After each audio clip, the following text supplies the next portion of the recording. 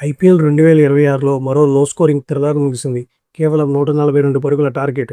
దాన్ని చేజ్ చేయడానికి దిగిన ఢిల్లీ క్యాపిటల్స్ 26 పరుగులకే 4 వికెట్లు కోల్పోయి పేకల్లోతు కష్టాల్లో పడింది.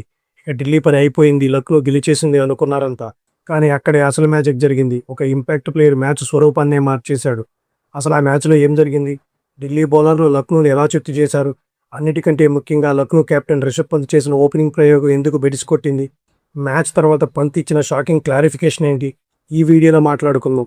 వీడియోని ఎక్కడా స్కిప్ చేయకండి. మన ఛానల్ ఇంకా సబ్స్క్రైబ్ చేసుకోకపోతే సబ్స్క్రైబ్ చేసుకోండి.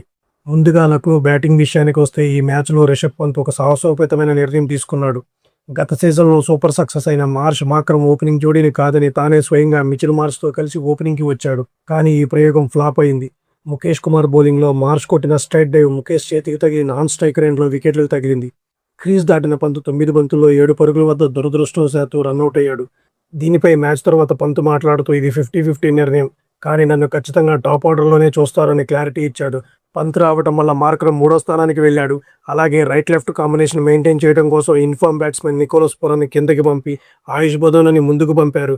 మిడిల్ ఓవర్లో పురాన్ బాధ్యతలు తీసుకుంటాడని పంత్ చెప్పినప్పటికీ ఈ వ్యూహం లక్నోకి పెద్దగా వర్కౌట్ కాలేదు. ఆ తర్వాత ఢిల్లీ బౌలర్స్ లక్నోని అసలు ఊపిరి సలపనివ్వలేదు. ముఖ్యంగా లుంగి ఎంగిడి వేసిన ఒక అద్భుతమైన డిప్పింగ్ స్లోవర్ బాల్కి dangerous Nicholas Pooran clean bowled అయ్యాడు.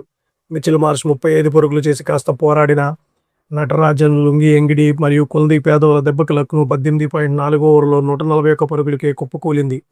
నటరాజన్, లుంగి ఎంగిడి చెరో 3 వికెట్లు తీసుకున్నారు. కుల్దీప్ యాదవ్ 2 వికెట్లు తీశాడు. వరుసగా వికెట్లు పడిపోవడంతో లక్నో ఇంపాక్ట్ ప్లేయర్ స్ట్రాటజీ కూడా దెబ్బతింది. స్కోర్ బోర్డు ముందుకు కదలకపోవడంతో బ్యాటింగ్ చేయగల ఆల్రౌండర్ షాబాజ్ అహ్మద్ను ఇంపాక్ట్ ప్లేయర్గా తీసుకురావాల్సి వచ్చింది. దీనివల్ల లక్నో సెకండ్ ఇన్నింగ్స్లో లెగ్ స్పిన్నర్ దిగ్వేష్ రాఠీని ఉపయోగించుకోలేకపోయింది.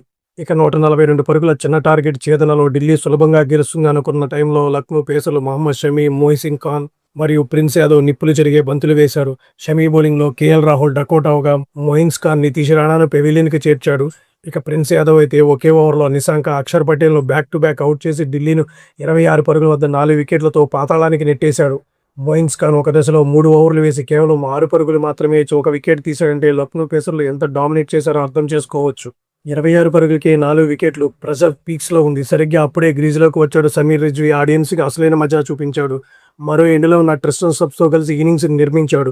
మొదట్లో ఎల్ఎస్జీ పేసర్ల దాటికి రిజ్వీ చాలా ఇబ్బంది పడ్డాడు. ఒక దశలో 9 బంతుల్లో 0 రన్స్ చేశాడు.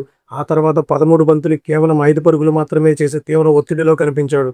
ఆ తర్వాత గేర్ మార్చాడు. ఎన్రిచ్ నార్కే వేసిన బౌన్సర్ను కేపర్ పై నుండి 6 కొట్టి తన ఇంపాక్ట్ని చూపించాడు.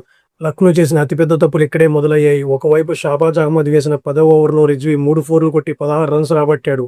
మరోవైపు బౌలర్లు ఏకంగా 20 ఎక్స్ట్రాలు ఇచ్చి ఢిల్లీ మ్యాచ్ను గిఫ్ట్గా ఇచ్చేశారు.